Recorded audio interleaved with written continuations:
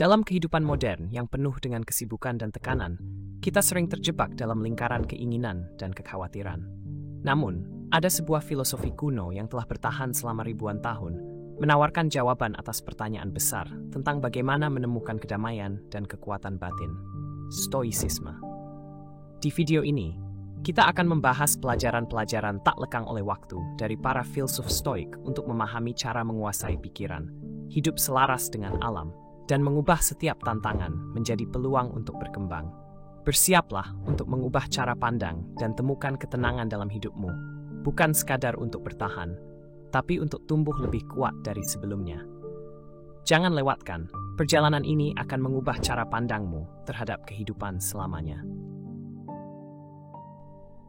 Di dunia saat ini, di mana kekacauan dan kebisingan seolah mendominasi, ada sebuah rahasia kuat yang dikenal oleh para penganut stoicisme kuno dan dapat mengubah cara kita merasakan hidup. Rahasia ini tidak terletak pada kebisingan keramaian atau dalam perburuan tanpa akhir akan kesenangan yang sementara. Ini adalah seni menguasai pikiran sendiri, sebuah jalan menuju kedamaian dan kekuatan yang diajarkan stoicisme dengan kesederhanaan yang indah. Hari ini, kita akan menyelami filosofi mendalam ini untuk menemukan bagaimana gaya hidup stoik dapat memberi kita tidak hanya kedamaian, tetapi juga kejelasan daya tahan yang tak tergoyahkan menghadapi badai kehidupan. Mari kita jelajahi cara menggali kebenaran-kebenaran abadi ini untuk menavigasi dunia modern dengan kebijaksanaan para filsuf stoik sebagai panduan di setiap langkah. Apakah kamu sedang berjuang melawan tekanan sehari-hari atau mencari rasa puas yang lebih mendalam? Memahami bagaimana cara mengendalikan pikiran menurut stoicisme bukan hanya tentang bertahan, tetapi tentang hidup dengan lebih baik. Jika kamu tertarik dengan perjalanan ini, ada satu hal kecil yang aku minta. Tekan tombol subscribe. Percayalah, kamu tidak ingin melewatkan satupun bagian dari perjalanan yang kita lalui bersama ini. Hal pertama yang harus dilakukan adalah melepaskan apa yang dipikirkan orang lain. Salah satu ajaran paling membebaskan dari stoicisme adalah gagasan sederhana namun mendalam. Satu-satunya hal yang benar-benar ada dalam kendali kita adalah diri kita sendiri, termasuk reaksi, emosi, dan pikiran kita. Prinsip ini mendorong kita untuk melepaskan beban berat dari pendapat orang lain. Pikirkan, berapa kali kamu mengubah keputusan, menunda sebuah rencana baru, atau bahkan mengubah penampilanmu hanya karena takut akan apa yang mungkin orang lain katakan atau pikirkan. Ini adalah perangkap umum yang membuat hidup kita dikendalikan oleh konfirmasi eksternal, bukan oleh keyakinan dalam nilai-nilai internal kita. Stoicisme mengajarkan kita untuk mengalihkan fokus ini dengan menambatkan tindakan dan pemikiran kita pada nilai-nilai pribadi. Ketika kita melakukan ini, kita memperkuat kemampuan pikiran kita untuk menghadapi kekacauan dari penilaian luar. Ingatlah kata-kata Marcus Aurelius, seorang kaisar Romawi dan filsuf stoik yang terkenal. Kamu memiliki kekuasaan atas pikiranmu sendiri, bukan atas peristiwa eksternal. Pahami ini, dan kamu akan menemukan kekuatan. Kata-kata itu adalah panggilan untuk berfokus pada reaksi mental kita, daripada berusaha mengendalikan hal-hal yang tidak bisa kita ubah. Ini tidak berarti kita menjadi acuh tak acuh terhadap orang lain, tetapi lebih kepada memprioritaskan evaluasi dan ketenangan batin kita di atas persetujuan eksternal. Filosofi ini tidak meminta kita untuk mengabaikan semua umpan balik, melainkan membantu kita memilah nasihat yang membangun dan sesuai dengan tujuan mendalam kita, sambil menjauhkan diri dari hal-hal yang mengganggu. Ini seperti merawat kebun di dalam diri kita, di mana benih-benih pemikiranmu dipupuk oleh nilai dan keyakinanmu sendiri, bukan diinjak-injak oleh penilaian orang lain. Bayangkan kebebasan yang kamu rasakan saat membuat keputusan tanpa takut dikritik atau tanpa hasrat untuk dipuji. Kamu akan hidup lebih otentik, dipandu oleh hal-hal yang benar-benar penting bagimu. Itulah inti dari ajaran stoicisme, kebebasan batin dan mati yang tak tergoyah. Ketika kamu mulai menerapkan metode ini, kamu akan merasakan bahwa ketergantunganmu pada validasi dari luar perlahan berkurang, sementara rasa percaya diri dan kedamaian batinmu semakin kuat. Yang kedua, penting untuk membangun ketangguhan emosional. Ini bukan hanya tentang menjadi kuat dalam pengertian tradisional, tetapi menciptakan ketahanan batin di mana emosi bekerja untukmu, bukan mengendalikanmu. Pada titik inilah stoicisme memberikan wawasan yang tak ternilai.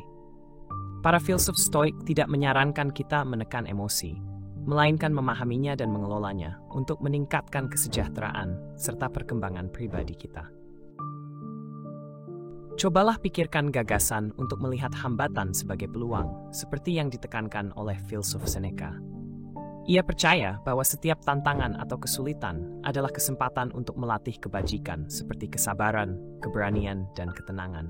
Dengan membentuk ulang kesulitan sebagai peluang untuk mengasah kekuatan kita, kita bisa mengubah reaksi emosional terhadapnya. Alih-alih merasa kewalahan oleh kesulitan, kita dapat menghadapinya dengan tujuan yang jelas dan mengikannya sebagai batu loncatan untuk memperkuat daya tahan diri. Aspek penting lain dalam membangun ketangguhan emosional adalah menjaga perspektif yang realistis. Epictetus mengajarkan bahwa penderitaan kita tidak berasal dari peristiwa itu sendiri, melainkan dari penilaian kita tentang peristiwa tersebut. Dengan menyesuaikan penilaian dan ekspektasi agar lebih selaras dengan kenyataan, kita bisa mengurangi penderitaan yang tidak perlu. Misalnya, jika kita menerima bahwa kita tidak dapat mengendalikan tindakan orang lain dan hanya dapat mengendalikan reaksi kita sendiri, kita akan lebih sedikit merasa kesal oleh perilaku orang lain. Ketangguhan emosional juga menuntut kemampuan untuk mengelola emosi dengan cara yang menguntungkan kita, daripada membiarkan emosi mendorong kita ke situasi negatif. Memahami bahwa emosi bukanlah perintah adalah hal penting.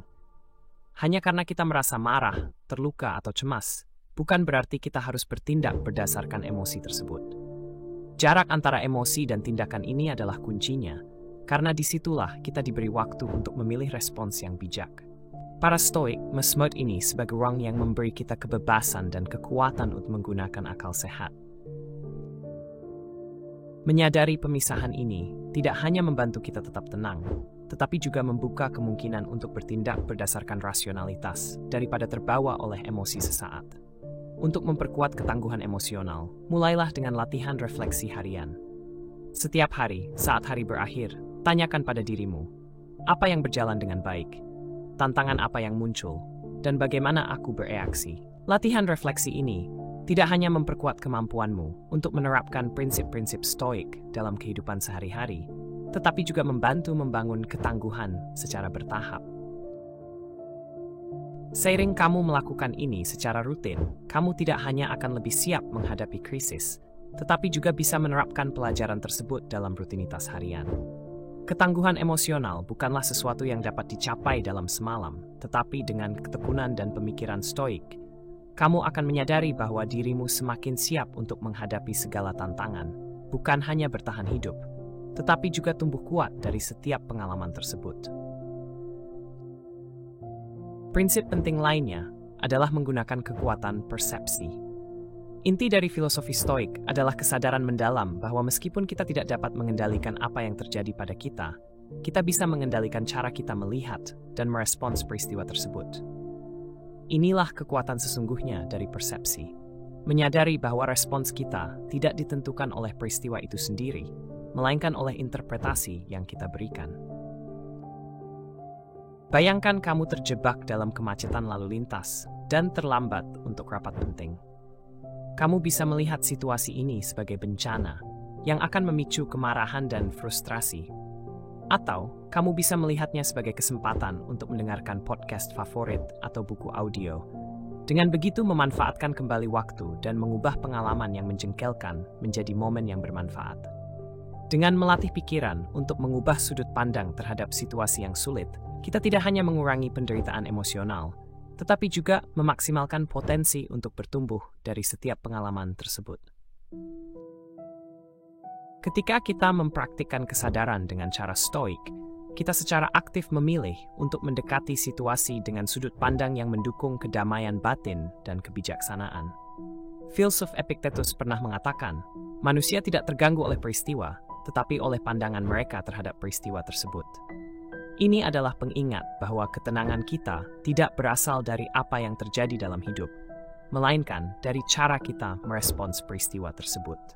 Dengan melatih diri untuk menerapkan sudut pandang yang lebih bermanfaat, kita dapat mengontrol emosi bosan, emosi bimbang. Untuk mulai melatih keterampilan ini, praktikkan mindfulness dan kesadaran diri. Amati pikiran otomatis yang muncul dan tanyakan pada diri sendiri, apakah pemikiran ini benar-benar mencerminkan kenyataan? Adakah cara lain untuk melihat situasi ini? Proses mempertanyakan dan membingkai ulang pemikiran ini adalah bentuk restrukturisasi kognitif yang dapat secara signifikan mengubah kondisi emosional kita. Cobalah untuk mengintegrasikan praktik ini dalam kehidupan sehari-hari dengan mengidentifikasi situasi di mana respons awalmu mungkin tidak produktif. Uji cara berpikir ulang dan lihatlah situasi dari perspektif yang lebih luas. Misalnya, jika menerima kritik di tempat kerja, jangan lihat itu sebagai serangan terhadap kemampuanmu, melainkan sebagai umpan balik berharga yang dapat mempercepat perkembangan pribadi dan profesionalmu. Kekuatan persepsi bukanlah tentang menipu diri sendiri atau mengabaikan kenyataan, melainkan menyesuaikan sudut pandang kita agar lebih jelas dalam menilai hidup dan merespons dengan cara yang selaras dengan nilai-nilai terdalam kita. Dengan menerapkan teknik stoik ini, kita tidak hanya meningkatkan ketangguhan emosional, tetapi juga memperbesar peluang untuk menemukan kebahagiaan dan kepuasan sejati. Ini adalah proses transformasi yang mengubah tantangan harian menjadi peluang untuk tumbuh dan memperdalam pemahaman diri. Yang terakhir, hiduplah sesuai dengan alam. Ini bukan hanya tentang berjalan lebih sering di alam atau menanam kebun, meskipun itu cara yang hebat untuk terhubung dengan lingkungan. Ini jauh lebih mendalam. Ini adalah pengakuan dan ketaatan pada hukum alam tentang perilaku manusia dan alam semesta. Para Stoik percaya bahwa setiap bagian dari alam semesta, termasuk manusia, memiliki peran dan tujuan yang ditentukan oleh alam. Bagi kita, ini berarti menjalani kehidupan yang berlandaskan kebajikan dan selaras dengan akal, yang oleh Stoik dianggap sebagai fungsi tertinggi dari kodrat manusia. Marcus Aurelius sering menulis tentang keterhubungan alam dalam tulisannya.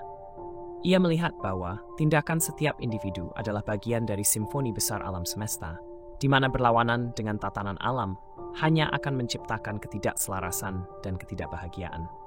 Dalam praktiknya, hidup selaras dengan alam melibatkan refleksi diri untuk memahami posisi kita dalam konteks yang lebih luas dari dunia.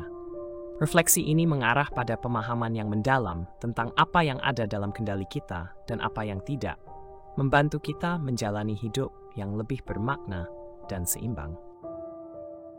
Apa yang dapat kita lakukan agar hidup lebih harmonis dengan hal-hal yang tak terelakkan?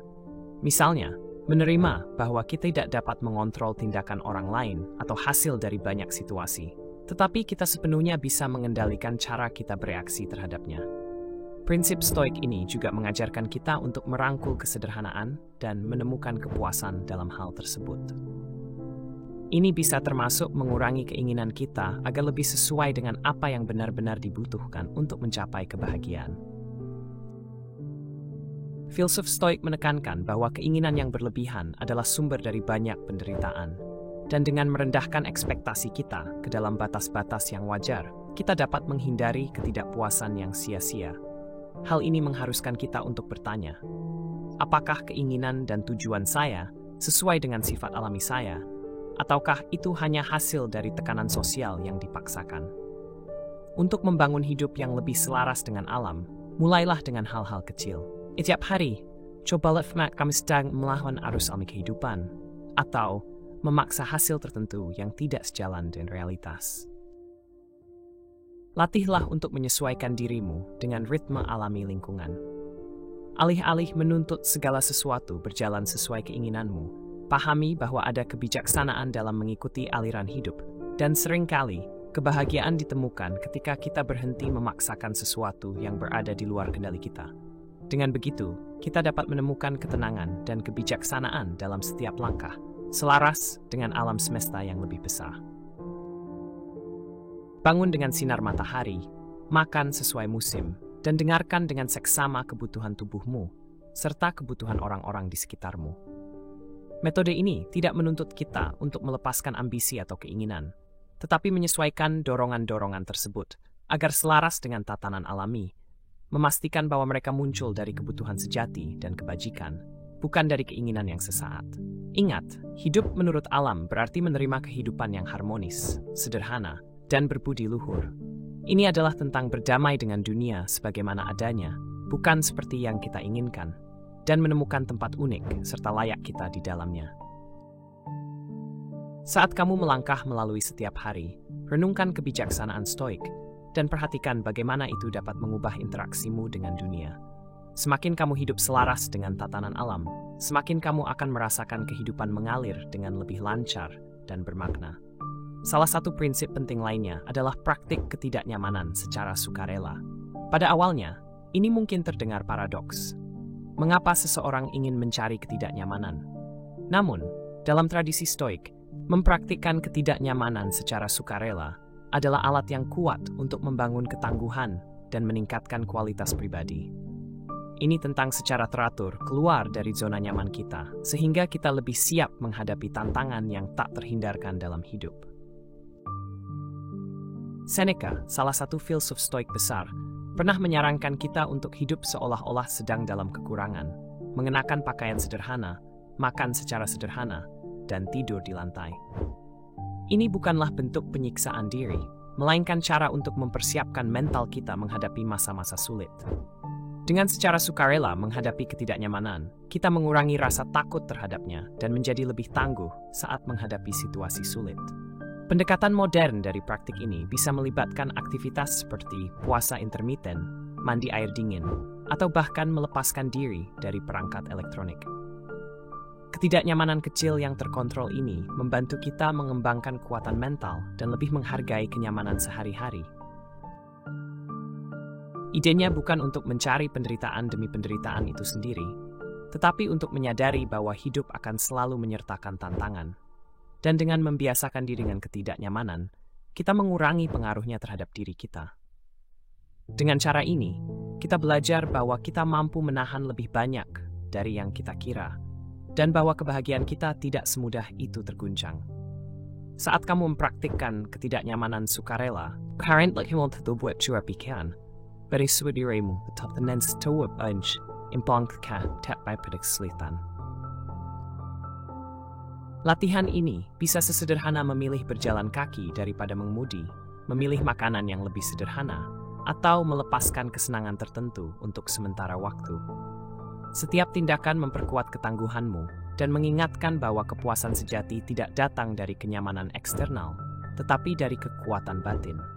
Mulailah dengan mengintegrasikan kebiasaan ini ke dalam hidupmu dengan cara-cara kecil. Cobalah untuk mengesampingkan kesenangan favoritmu selama seminggu, atau bangun lebih awal 1 jam dari biasanya. Perhatikan bagaimana tindakan-tindakan disiplin kecil ini membentuk pola pikirmu, dan bagaimana ketidaknyamanan yang pernah kamu takutkan justru menjadi sumber kekuatan batin. Dengan merangkul ketidaknyamanan secara sukarela, kamu tidak hanya mempersiapkan diri untuk tantangan hidup yang tak terhindarkan, tetapi juga menguasai seni kedamaian batin, tidak peduli apa yang terjadi. Ini adalah cara untuk hidup selaras dengan kodratmu dan menciptakan kehidupan yang tidak hanya tangguh, tetapi juga berkembang melalui setiap ujian yang dihadapi. Terima kasih sudah menonton. Jika kamu merasa konten ini bermanfaat, jangan lupa tekan like, share, dan subscribe untuk mendukung kanal ini. Sampai di video berikutnya.